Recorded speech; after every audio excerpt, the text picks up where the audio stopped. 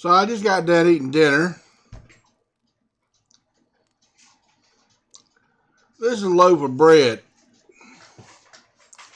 Probably all y'all know this loaf of bread, Sunbeam. Um, there's Miss Sunbeam taking her a nice big bite of a nice buttered slice of Sunbeam. That's my favorite bread, y'all. This is not a sponsored video. And if it were, I probably wouldn't get paid because today I'm talking about things that I like mixed with things I don't like. Sunbeam bread, I like.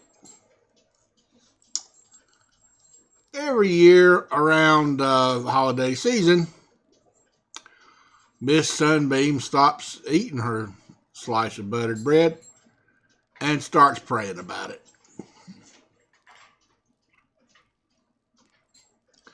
Now, most of the time, I just go down the grocery aisles and I buy the food that I usually buy, and I don't think about this picture. I don't even notice the first 2 or 3 loaves I pick up that have this picture on it, because I look for the yellow bag and I put it in the top of my grocery cart like I always do. And then, I don't think about this picture when I'm getting slices of bread out of that package for the first day or two. And then, I'm standing around waiting for some taters to cook or making a sandwich. And I just, I look down at that package and voila, here we are again in another holiday season with Miss Sunbeam reminding us that not by bread alone. Now, I agree with that. You can't live by bread alone. You need some taters and some burgers and some beans and cabbage and carrots and stuff like that. And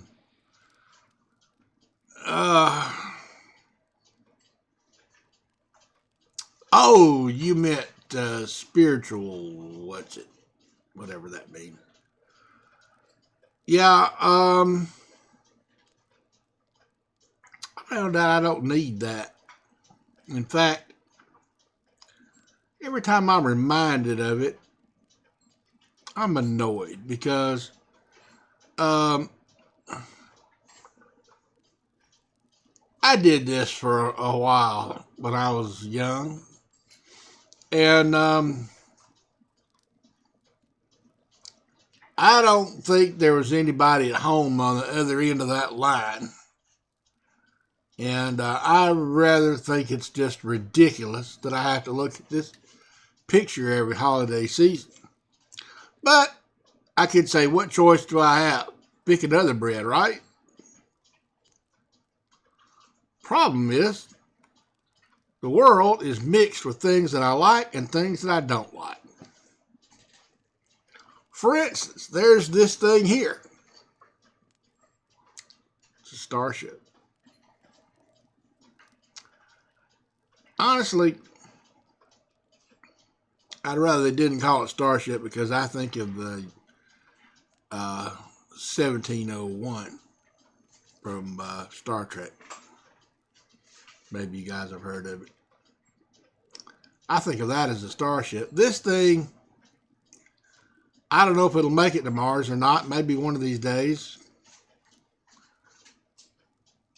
But anyway, I like rockets. I like watching them take off, and it's cool. They caught one of these not long ago. That was cool. But then it's mixed with things that I don't like. This guy. Now, a few years ago, I thought Elon Musk was pretty cool. And, some of his ideas seem like genius ideas. it just seems less and less that he's actually responsible for his genius ideas. He certainly didn't invent the electric car. He didn't invent reusable rockets, although I admit the Falcon 9 has become quite a staple. And I'm glad we're making stuff like that. I like the idea that humanity is advancing in technology. But then I have to hear about things like Elon Musk has a trans daughter. And he told his trans daughter, "You killed my son." I don't like that. It makes me sad every time I watch a rocket take off now.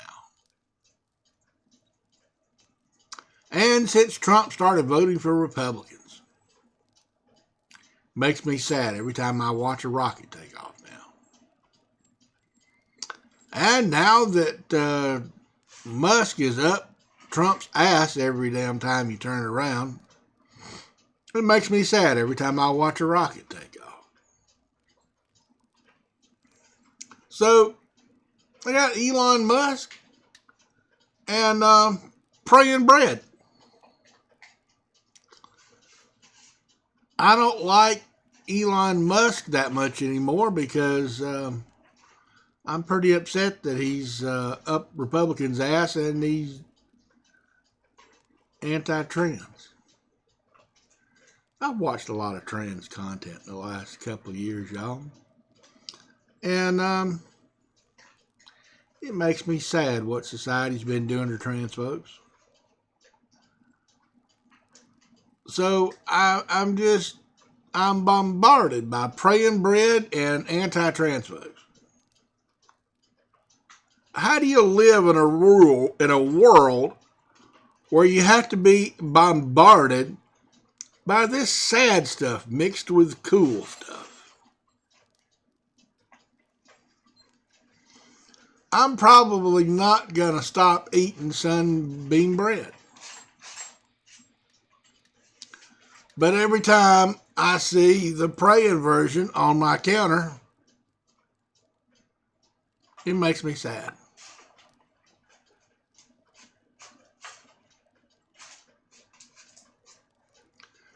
Not just prayers that don't work,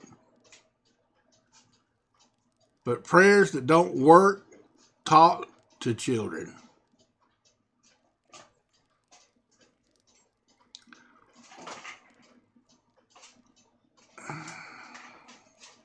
People lie to their children about Santa Claus.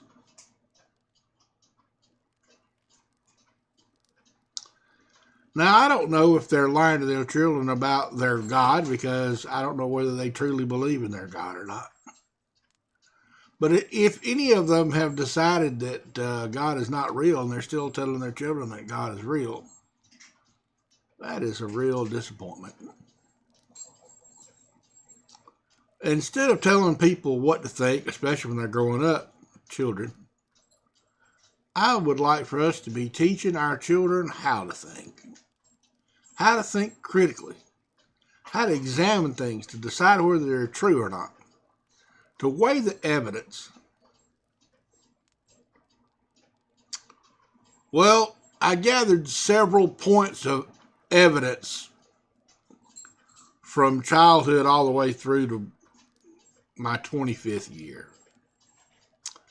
And every time I did this, the only voice I heard in my head was mine. So there's nobody home when I do this. Every time I did that, it was one more data point against.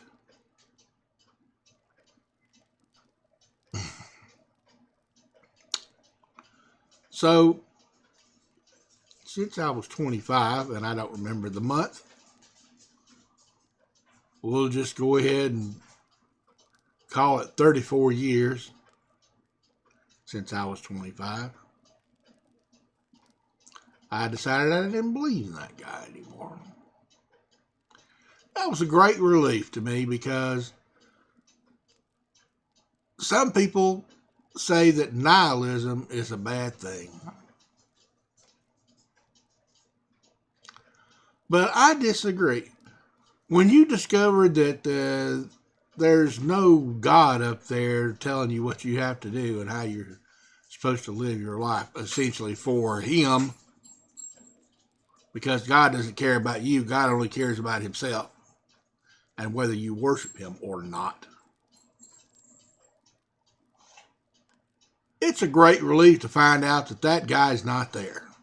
And now I am a nihilist and I can decide what the meaning of life is for myself. I don't have to worry about God coming down here and killing me or making me suffer. I don't have to worry about going to meet the devil in a hellfire somewhere. When I'm dead, I'll just be dead. That's a great relief because if I had to stand in front of a choir bench and praise God for the rest of eternity, I think I would just be bored to tears. I can't decide which one's worse, heaven or hell. Burning forever or praising God forever. Because to me, worshiping is demeaning to a sentient being. If there's a God somewhere that's good enough to be worshipped, then He won't want to be worshipped because that's ridiculous shit. And if there's a God that wants to be worshipped, then He's not worth worshiping. So I'm reminded of this every time I see this Miss Sunbeam on my counter. And I'm reminded every time I see this guy that when I watch a rocket, this guy is voting for Republicans and refuses to have a relationship with his trans daughter. That is not very good parenting. If you're a parent and you don't love your children, you broke. You best fix it. I don't think that Elon Musk will ever watch this video, but Elon, if you do, you should make it up to your daughter because you're not being a very good parent.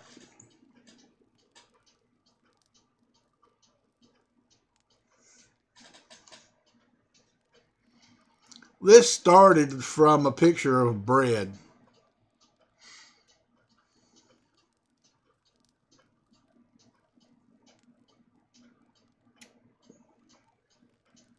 It's been suggested to me by a friend of mine that I should talk faster to keep people interested in my content. But I consider just sitting here in front of this picture for, a minute or two, just staring into the screen and just wondering if y'all see what I do. I wish that companies would focus on their business of selling bread, if you're a bread company, instead of focusing on their religion, which is not necessarily your religion. It certainly is not my religion. I doubt she's praying to the Muslim God or the Hindu God.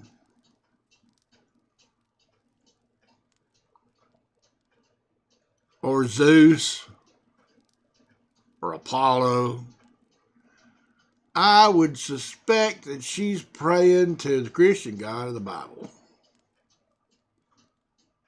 Good old Mr. Yahweh. The guy who in the story killed everybody on the planet in the giant flood, except for those folks that had a boat. Noah mentioned in particular. I still have a feeling there were some other folks that had boats.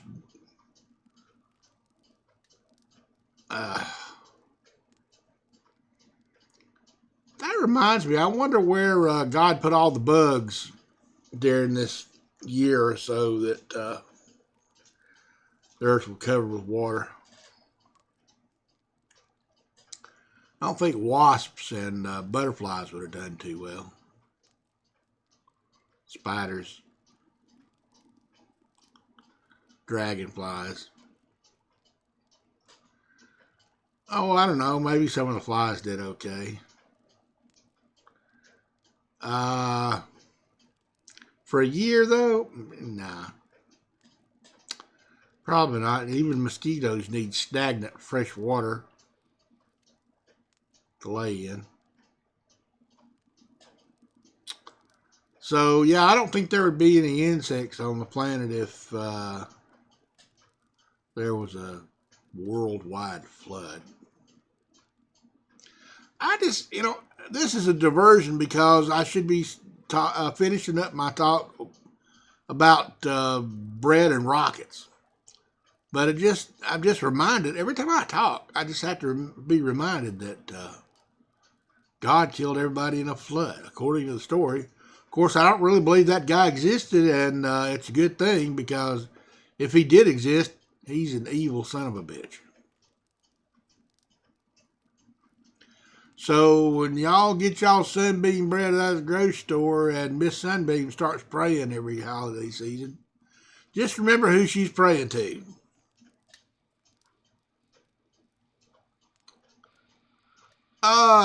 Flood Sky Daddy. Flood killed everybody in a big flood. Sky Daddy. That guy. Love you, bye.